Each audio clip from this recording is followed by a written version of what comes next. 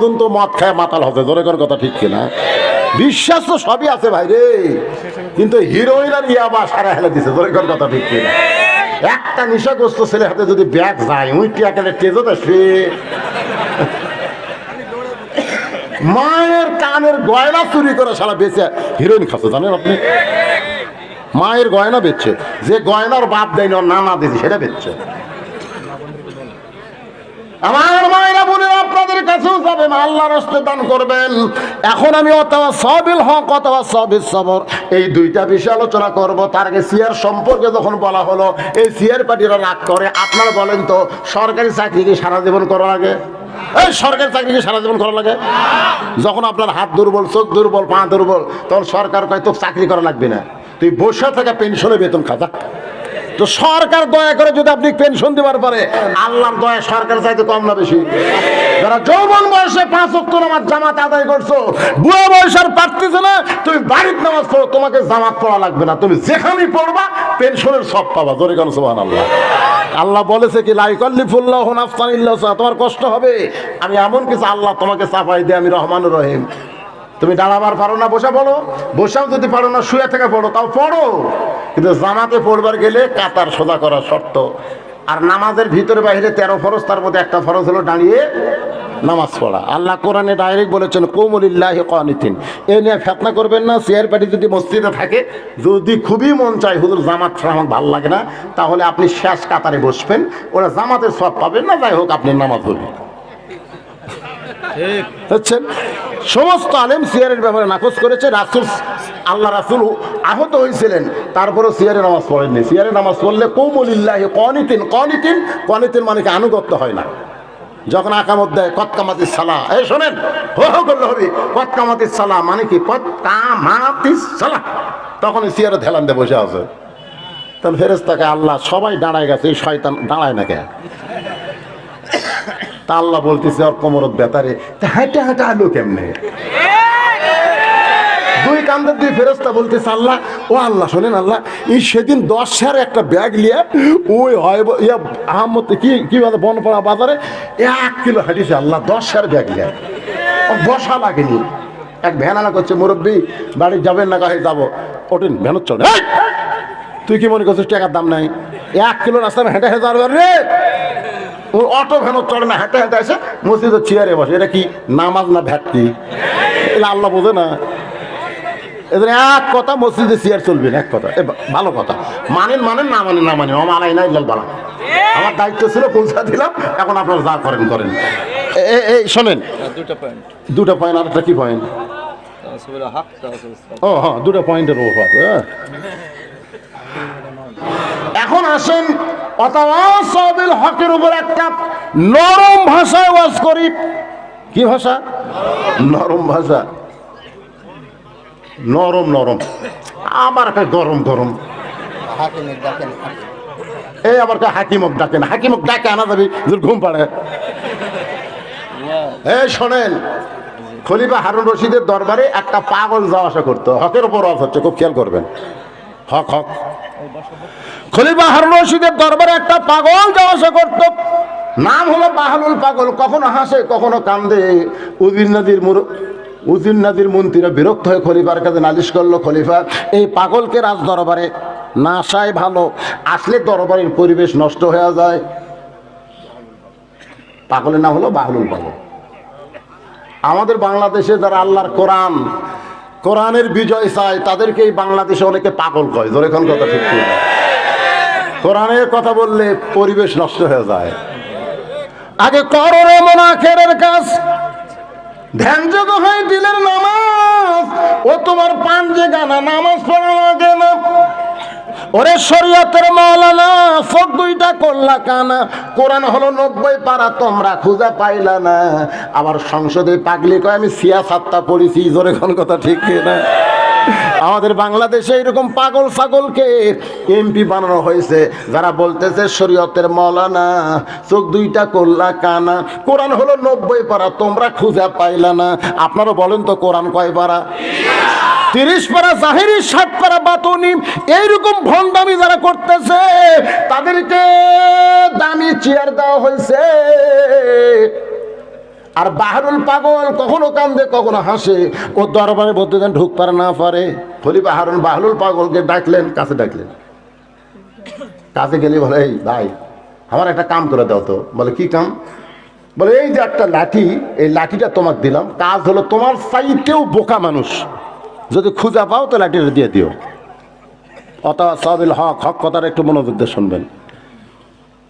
বাহরুল পাগল লাঠি নিয়ে হাসতে হাসতে চলে গেল। কয়েক বছর পরে খলিফা হারুন যখন দুর্বল হয়ে গেছে, এমন সময় বাহরুল পাগল লাঠি নিয়ে হাজির।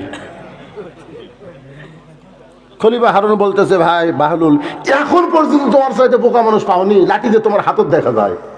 বাহলুল বলতেছে, আজকে পাওয়া যাবে। আজকে কেমনে পাবা? তুমি আর আমি, আর তো কেউ নাই। এবার বাহলুল পাগল চোখের পানি বের করে বলে, যাবো না। আপনি সত্যি করে বলেন তো, আপনি যেই শহরে আছেন এই শহরের নাম কি? বলে বাগদাদ। এই বাগদাদ থেকে মক্কা শহরে যদি 10 দিনের সফরে যান, বলেন তো আপনি কেমনে যাবেন? খলিফা হারুন বলে, বাহলুল রে, বাগদাদ হলো আমার চীনা, মক্কা হলো আমার অচীনা। এই চীনা শহর থেকে অচীনা শহরে যদি 10 দিনের জন্য যাই, তাহলে মাল সামানা জোগাড় করে আমাকে রওনা দেওয়া লাগবে। বাহলুল পাগল বলে, যাবো না। একটা চীনা শহর থেকে অচীনা শহরে 10 দিনের জন্য যদি যান, তাহলে মাল সামানা জোগাড় করে আপনি রওনা দেবেন। এখনো যদি আপনার মৃত্যু হয়, আখিরাতের বিশাল একটা অচীনা শহরে আপনাকে রওনা দেওয়া লাগবে। আপনি সেই জগতের জন্য কতটুকু মাল সামানা জোগাড় করেছেন? এখনো যদি আপনার মৃত্যু হয়, ওই আখিরাতের অচীনা জগতের জন্য আপনি কতটুকু মাল সামানা জোগাড় করেছেন? খলিফা হারুন কান্দারে বলে, বাহলুল রে, এতদিন তোমাকে পাগল মনে করতাম ভাই, কিন্তু আসলে তুমি তো পাগল না। আমার যে কোনো সময় মৃত্যু হবে, ওই জগতের জন্য তেমন কিছু জোগাড় আমি করতে পারি নাই। বাহলুল পাগল বলে, তাহলে আপনার লাঠি আপনি নেন। এই দুনিয়াতে আসার পরে মৃত্যু তার সামনে আছে, এইটা জানার পরেও যারা কবরের পাথেও জোগাড় করে না, তারা হলো দুনিয়ার সব চাইতে বড় বোকা। জাআত সাকারাতুল মাউতু হকুন, সবচাইতে বড় হক হলো আমাদের মৃত্যু হবে। কথা কয় না কেন? মৃত্যু হবে না? কি মনে করতেছেন? হ্যাঁ, 5 তলা তুটে 1.5 লাখ টাকার খাট আর 12,000 টাকার কম্বল ওরে তার দিয়ে 9টার সময় বলতেছে, আমার বাড়ি আমার ঘর আমাকে নামাইকে, আমার বাড়ি আমার ঘর আমাকে নামাইকে। এই কোটা বেলা হিচ্ছে দিয়ে ঘুমাইছে। তুরস্ক আর সিরিয়াতে একটা ভূমিকম্প হচ্ছে, জোরে কোন কথা ঠিক কি না? কয় ঘন্টা? 47 সেকেন্ড। খালি ওই এত ফোর্সে নামছে যে কম্বলের মধ্যে লুঙ্গি খুলে আছে, ওরা পর্যন্ত পড়ার টাইম পায়নি। ন্যাংটা হয়ে নামে ঘরের দিকে থাকে আছে। ফেরেশতাকে আল্লাহ 9টার সময় কইলো হামাক নামাইকে, আর 3টার সময় তুমি ন্যাংটা করে নামালে। আল্লাহ কয়, জনগণ তখন পারবি না, তখন দায়িত্ব আমারই নামানোর। জোরে কোন কথা ঠিক কিনা? তবে আল্লাহর নামান কিন্তু কাপড়ে চুপড়ে না, আল্লাহর নামান হলো ন্যাংটা করে। জোরে কোন কথা ঠিক। অথবা সাবিল হক, সবচাইতে বড় হক কথা। খালি খেয়াল থবেন, খালি মনে রাখবেন ভাইজান। অথবা সাবিল সবর, এই হকের কথা বলতে গেলে নানা রকম কষ্ট বিপদ মুসিবত আসবে, ধৈর্য ধারণ করা লাগবে।